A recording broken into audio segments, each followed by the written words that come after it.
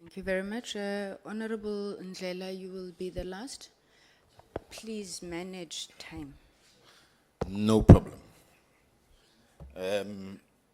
Minister. Okay. It has been brought to our attention that Starlink is actually operating in South Africa. And that being the case, it's operating illegally in this country. And I'll tell you why.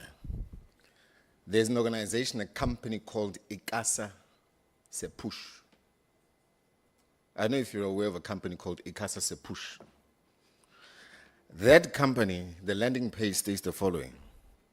We are dedicated to bringing reliable internet to Africa with sparkling, and we know stars sparkle, technology and commitment to service. We're here to connect you wherever you are in South Africa. Stay connected, stay empowered, and unlock endless opportunity. It is now operating in Mozambique, and it is selling equipment, satellite equipment for Starlink connectivity. Now, our understanding, and by the way, this company is based in Centurion now. They have actually an office and a physical address. Now, what is also concerning, Minister, if you go to their website, there's a part there that speaks to working strategies to keep Starlink connected in South Africa.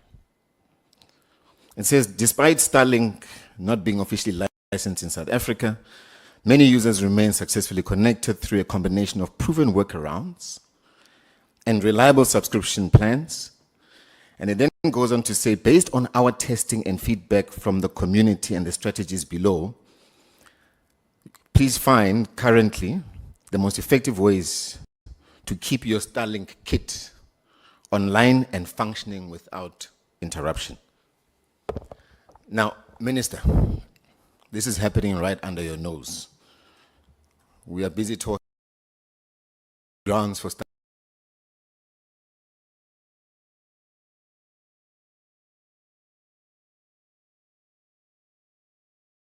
Not even discussed in the first place.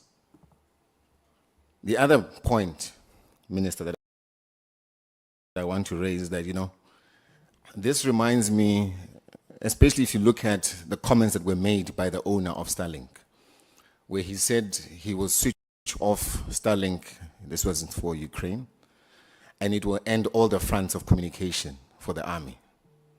Now, if we give that kind of a person powers to connect our people, that alone is a huge risk for this country, because the sovereignty and the security of this country and the defense thereof will be in the hands of one person who can at a whim decide to switch off this country's communications. And as you know, if you go to war, maybe you don't know, there are three things you focus on. You switch off the water, you switch off electricity, and importantly, you switch off communication. Now, you want to give that kind of a person that's operating illegally in the country that kind of power? The other point is then takes me back to Radio RSG, which I see our members from the SAPC are. Radio Sandogense. 1937 it was founded. And that was exactly that, a radio without borders.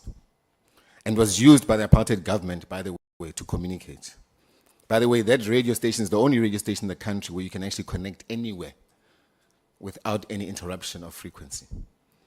What I'm seeing here is this Starlink supposedly for farmers being another radio sondergrenze of apartheid model which can be used and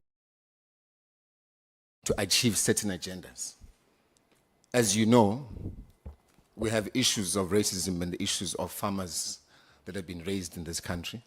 What I'm seeing here is another radio sondergrenze of apartheid regime, which is going to be used for whatever purposes that they want to use it for, which we know will not be in the favor of this country. So, Minister, what are you going to do about that? How can Thank you.